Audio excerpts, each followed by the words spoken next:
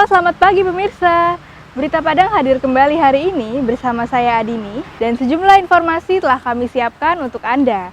Berikut selengkapnya.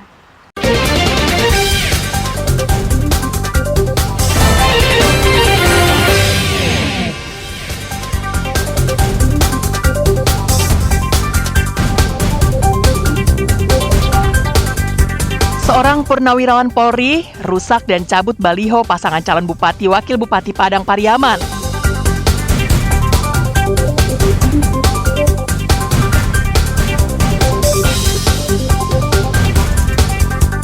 Rumah berlantai 3 di Padang hangus terbakar.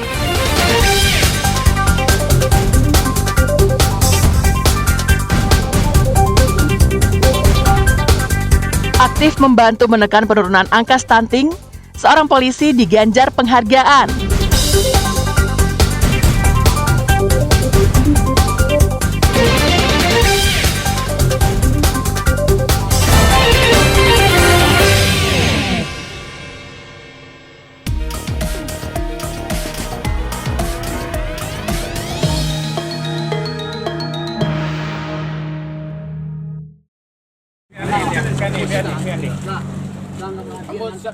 Seorang oknum purnawirawan Polri tertangkap tangan merusak dan mencabut baliho pasangan calon nomor urut 2 Pilkada Padang Pariaman di Talua, Kurai Taji Timur, Kecamatan Ansabaris. Peristiwa ini direkam warganet dan menyebar luas di media sosial. Agar pelaku tidak menjadi sasaran amuk massa dari pendukung calon bupati, wakil bupati nomor urut 2, anggota Babin Kamtibmas membawanya ke polsek terdekat untuk diamankan. Akibat perusakan itu, tim kuasa hukum nomor urut 2 melaporkan perbuatan pelaku ke Bawaslu, Kecamatan Ansabaris, dan ke polsek setempat hari Senin. Dalam laporannya ada 6 alat peraga kampanye yang terletak di lokasi yang berbeda yang dirusak orang tak dikenal. Selain itu, kuasa hukum juga melaporkan adanya keterlibatan oknum wali nagari yang melarang pegawainya memilih pasangan dengan nomor urut tertentu saat pilkada mendatang. Tim kuasa hukum meminta agar Bawaslu memproses pelanggaran itu dengan segera dan memasukkannya ke dalam kategori pelanggaran pidana pemilu. Bukan pertama kali, hal ini sudah banyak dilakukannya, seperti baliho yang di bandara, terus ada juga baliho-baliho kita yang dirusak di tempat lain, seperti posko pemenangan di Sikabu, itu dirusak baru kejadiannya, dan ini juga kita laporkan. Terus ada juga dukungan dari salah satu wali negari yang melarang anggota-anggotanya memilih JK Rahmat, kalau memilih dia dicoret dari jabatannya. Terkait laporan itu, Bawaslu Kecamatan Ansabaris telah menerima laporannya dan akan melakukan pendalaman. Yang masuk sekarang adalah adanya indikasi perusakan alat peraga kampanye. Itu salah satu pelanggaran pemilu dan akan diambil alih oleh Bawaslu. Mediasi karena ini ada unsur pidananya, jadi dalam sudah ada data mediasi, bahwasanya ada beberapa spanduk yang telah dicopot dan dipasang kembali, tapi pihak pelapor melaporkan bahwasanya ada baliho rusak. Jadi karena baliho rusak ini kan masuk dalam tindak pidana pemilu dan akan diambil alih oleh Bawaslu Pariaman. Menurut Ketua Bawaslu Kecamatan Ansabaris, karena pelanggaran ini ada unsur pidananya, maka yang menanganinya adalah Bawaslu Padang Pariaman. Eki Rafki melaporkan dari Padang Pariaman.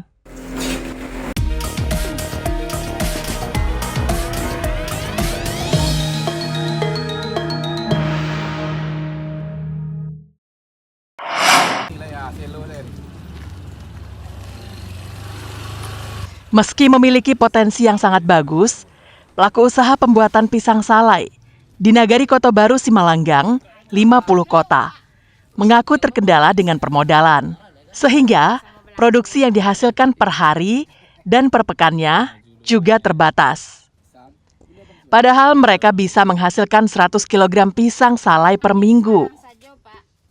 Saat ini, harga jual pisang salai cukup tinggi, yakni mencapai Rp45.000 per kilogramnya. Penjualan pisang salai yang diproduksi umumnya dititipkan di berbagai tempat penjualan keripik atau tempat penjualan oleh-oleh.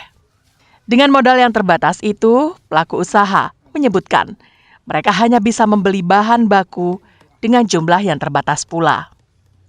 Pelaku usaha berharap adanya bantuan modal dan peralatan dari pemerintah. Selain terkendala masalah modal dalam pengembangan usaha, produsen pisang Salai juga membutuhkan bantuan berupa peralatan penjemuran pisang yang telah selesai dipotong. Sebab jika harus mengajukan pinjaman kepada perbankan, mereka mengaku tidak mempunyai agunan sebagai jaminan. Sehingga kebanyakan dari tahun ke tahun, usaha pisang Salai masyarakat tak kunjung berkembang. Minat pembeli bagus lah Pak. Terkendala kami bahan Pak. Kalau pengelolaannya setiap hari bisa 100 nyampe Pak. 100 kilo per minggu. Kalau modal cukup kan bisa setiap hari itu dibongkar, nah bisa 100. Cuman yang kami butuhkan modal Pak. Modal ya. Agar usahanya tidak terhenti kan, mencari bahannya setiap hari bisa lancar. Pelaku usaha pisang Salai berharap adanya perhatian dari pemerintah maupun pihak terkait agar mereka bisa meningkatkan jumlah produksi yang hanya belasan kilo per hari menjadi puluhan bahkan ratusan kilogram, termasuk memperluas pemasaran. Sejatinya, kasus ini harus menjadi perhatian instansi terkait. Pasalnya, selain bisa membantu pelaku usaha untuk mendapatkan kredit usaha rakyat yang tanpa agunan, bisa juga mengenalkan usaha pisang Salai ini ke perusahaan atau BUMN yang memiliki dana CSR. Ikhlasul Ihsan melaporkan dari 50 kota. Biasalah. Pemasaran lai, pisang lai koncang. Di situ. Bertahun-tahun tinggal di daerah yang minim infrastruktur, menyebabkan warga Korong Lansano, Kecamatan Limakoto, Kampung Dalam, Kabupaten Padang Pariaman, gerah. Berkali-kali permintaan kepada pemerintah kabupaten tak pernah digubris. Warga akhirnya mengambil inisiatif sendiri. Warga bergotong royong serta menggalang dana secara badonce untuk membangun jembatan. Perlahan tapi pasti, sedikit demi sedikit sumbangan warga dan ditambah bantuan bahan bangunan, warga berharap bisa membangun jembatan secara permanen. Warga ingin segera terbebas dari keterisolasian karena akses menuju ataupun keluar kampung mereka selama ini rusak parah. Tidak hanya kaum pria, ibu-ibu kampung ini juga turun tangan bekerja sama. Tekad warga hanya satu, terbebas dari keterisolasian dan bisa membawa hasil bumi mereka.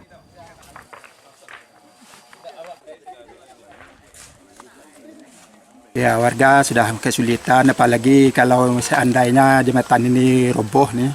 Nah, jadi pasti masyarakat kesulitan karena rumah di sini cukup banyak. Jadi untuk mengatasinya dikejarkan di gotong royong. Keterbatasan dana desa untuk kegiatan infrastruktur yang ada di desa. Jadi mengingat karena kondisi keuangan di desa saat ini sangat sedikit sekali untuk kegiatan infrastruktur, masyarakat mengambil inisiatif untuk berpartisipasi membangun jalannya sendiri.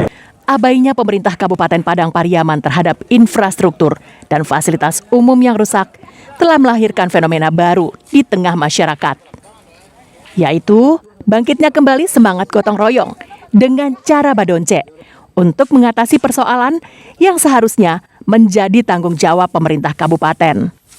Eki Rafki melaporkan dari Padang Pariaman.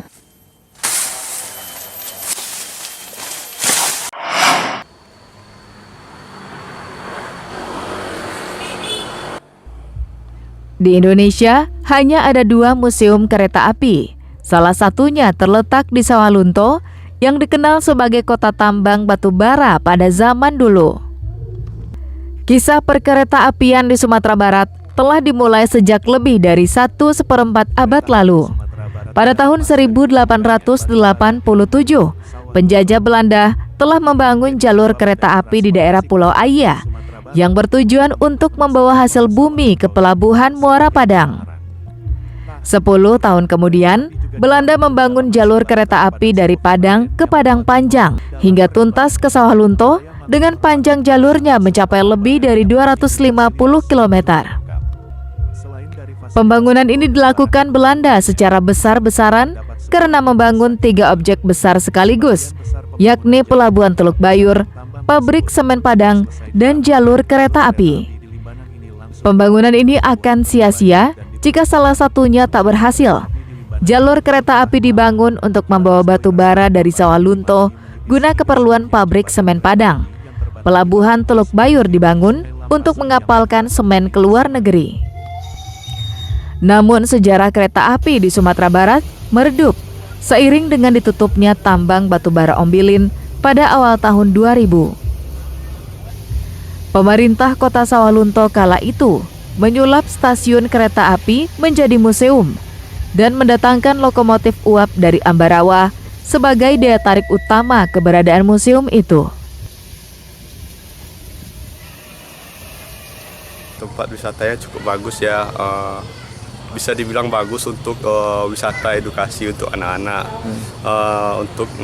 supaya anak-anak bisa tahu gimana sejarah kereta api Indonesia dari awal masa penjajahan sampai saat ini gitu Pak. Semoga ditambahkan lagi fasilitas-fasilitasnya ya biar lebih lengkap, biar para pengunjung lebih nyaman ya. Terus peninggalan-peninggalan yang lama itu biar lebih rawat lagi, biar lebih dijaga lagi gitu.